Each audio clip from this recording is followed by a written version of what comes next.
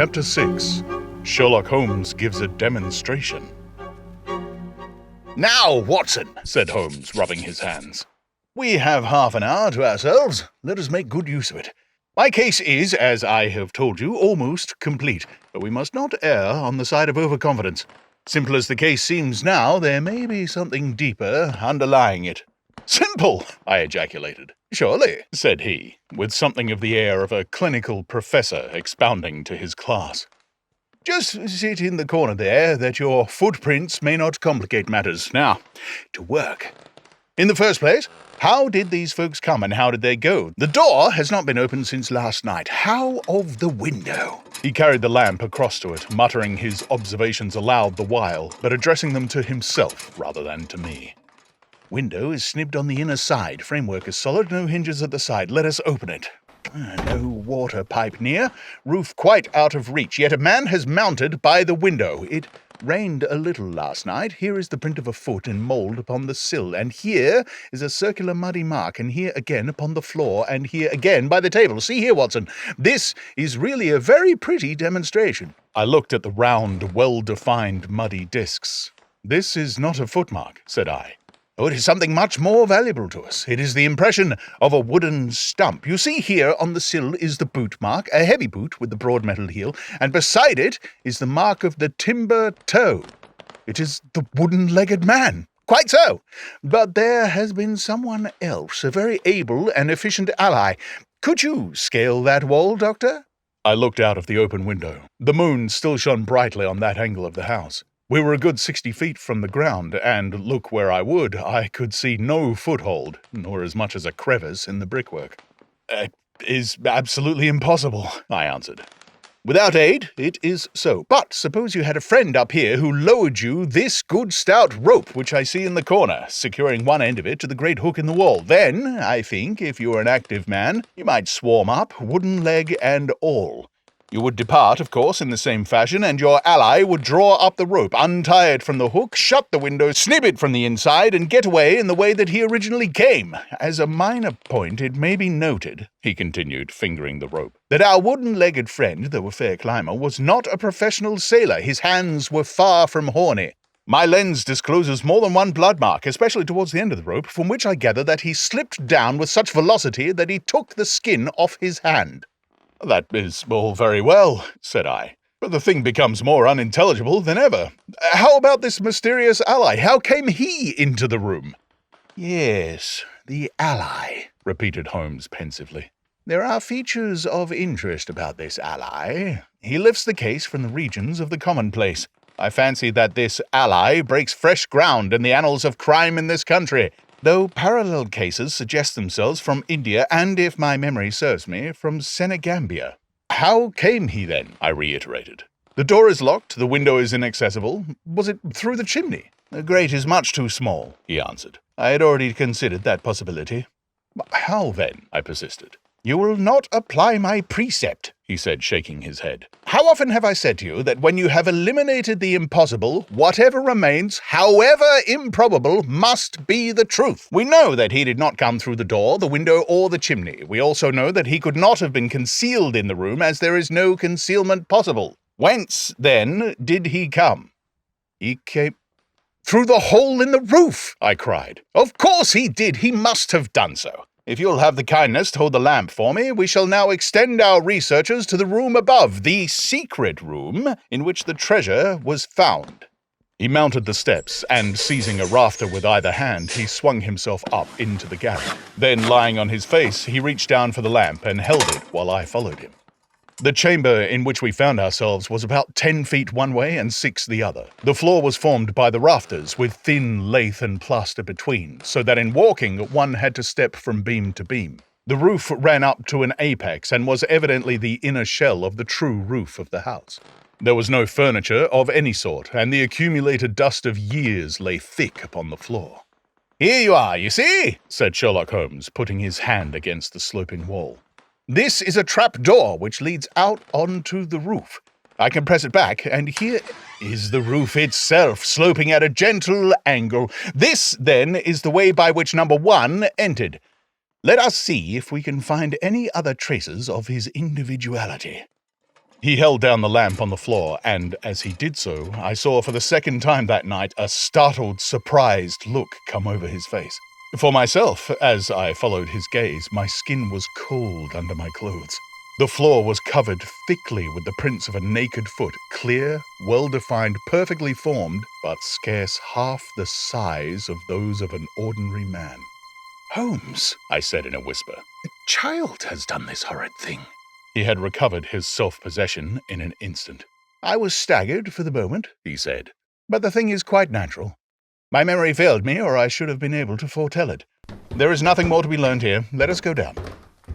"What is your theory, then, as to those footmarks?" I asked eagerly when we had regained the lower room once more. "My dear Watson, try a little analysis yourself," said he with a touch of impatience. "You know my methods. Apply them, and it will be instructive to compare results." "I cannot conceive anything which will cover the facts," I answered. "It will be clear enough to you soon," he said in an offhand way. "I think that there is nothing else of importance here, but I will look." He whipped out his lens and a tape measure and hurried about the room on his knees, measuring, comparing, examining, with his long, thin nose only a few inches from the planks, and his beady eyes gleaming and deep-set like those of a bird. So swift, silent, and furtive were his movements, like those of a trained bloodhound picking out a scent, that I could not but think what a terrible criminal he would have made had he turned his energy and sagacity against the law, instead of exerting them in its defense. As he hunted about, he kept muttering to himself, and finally he broke out into a loud crow of delight. "Oh, we are certainly in luck," said he. "We ought to have very little trouble now. Number 1 has had the misfortune to tread in the creosote. You can see the outline of the edge of his small foot here at the side of this evil-smelling mess. The carboy has cracked, you see, and the stuff has leaked out." "What then?" I asked. "Why, we've got him, that's all," said he. "I know a dog that would follow that scent to the world's end. If a pack can track a trailed herring across a shire, how far can a specially trained hound follow so pungent a smell as this? It sounds like a sum in the rule of 3. The answer should give us a... But hello. Here are the accredited representatives of the law." Heavy steps and the clamour of loud voices were audible from below, and the hall door shut with a loud crash. "Before they come," said Holmes, "just put your hand here on this poor fellow's arm, and here on his leg. What do you feel?" The muscles are as hard as a board," I answered. "Quite so. They are in a state of extreme contraction, far exceeding the usual rigor mortis. Coupled with this distortion of the face, this Hippocratic smile, or risus sardonicus, as the old writers called it, what conclusion would it suggest to your mind?" "Death from some powerful vegetable alkaloid," I answered. "Some strychnine-like substance which would produce a tetanus." "That was the idea which occurred to me the instant I saw the drawn muscles of the face. On getting into the room, I at once looked for the means by which the poison had entered the system. As you saw, I discovered a thorn which had been driven or shot with no great force into the scalp. You observe that the part struck was that which would be turned towards the hole in the ceiling if the man were erect in his chair. Now, examine the thorn." I took it up gingerly and held it in the light of the lantern. It was long, sharp, and black, with a glazed look near the point as though some gummy substance had dried upon it. The blunt end had been trimmed and rounded off with a knife. "Is that an English thorn?" he asked. "No, it certainly is not. With all these data, you should be able to draw some just inference, but here are the regulars, so the auxiliary forces may beat a retreat." As he spoke, the steps which had been coming nearer sounded loudly on the passage, and a very stout, portly man in a grey suit strode heavily into the room. He was red-faced, burly, and plethoric, with a pair of very small, twinkling eyes which looked keenly out from between swollen and puffy pouches. He was closely followed by an inspector in uniform, and by the still palpitating Thaddeus Sholto. "Here's a business!" he cried in a muffled, husky voice. "Here's a pretty business! But who are all these? Why, the house seems to be as full as a rabbit warren." "I think you must recollect me, Mr. Athelney Jones," said Holmes quietly. "Why, of course I do," he wheezed. "It's Mr. Sherlock Holmes, the theorist. Remember you? I'll never forget how you lectured us all on causes and inferences and effects in the Bishopgate duel case. It's true you set us on the right track, but you'll own now it was more by good luck than good guidance." It was a piece of very simple reasoning. "Oh, come now, come. Never be ashamed to own up. But what is all this? Bad business, bad business. Stern facts here, no room for theories.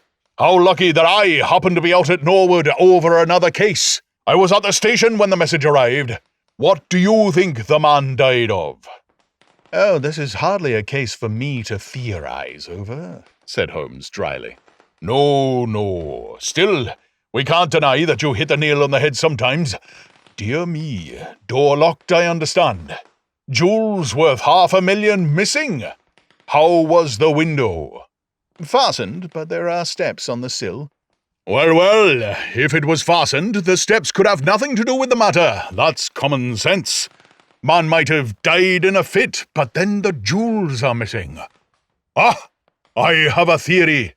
These flashes come upon me at times. Just step outside, Sergeant, and you, Mr. Sholto, your friend, can remain. What do you think of this, Holmes? Sholto was, on his own confession, with his brother last night. The brother died in a fit, on which Sholto walked off with the treasure. How's that?" On which the dead man very considerately got up and locked the door on the inside. There's a flaw there. Let us apply common sense to this matter.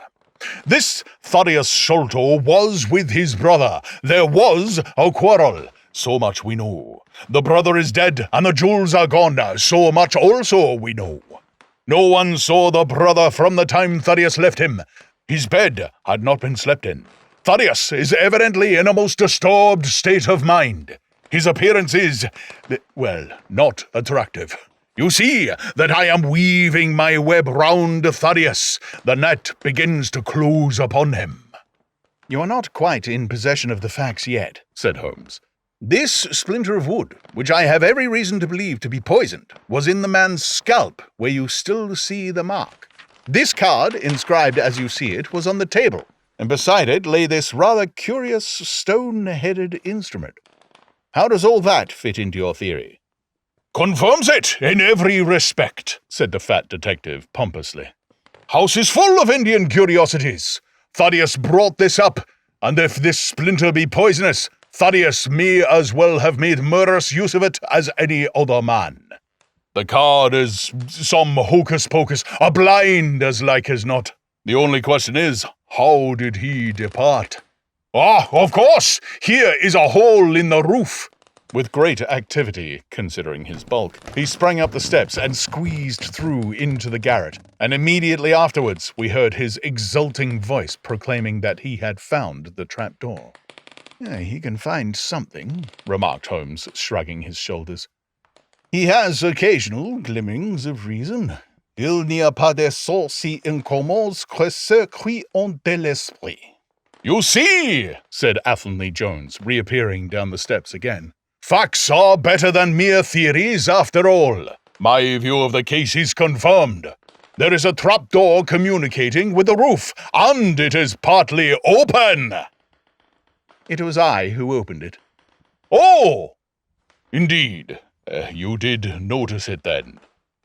He seemed a little crestfallen at the discovery. "Well, whoever noticed it, it shows how our gentleman got away. Inspector!" "Yes, sir," from the passage. "Ask Mr. Sholto to step this way."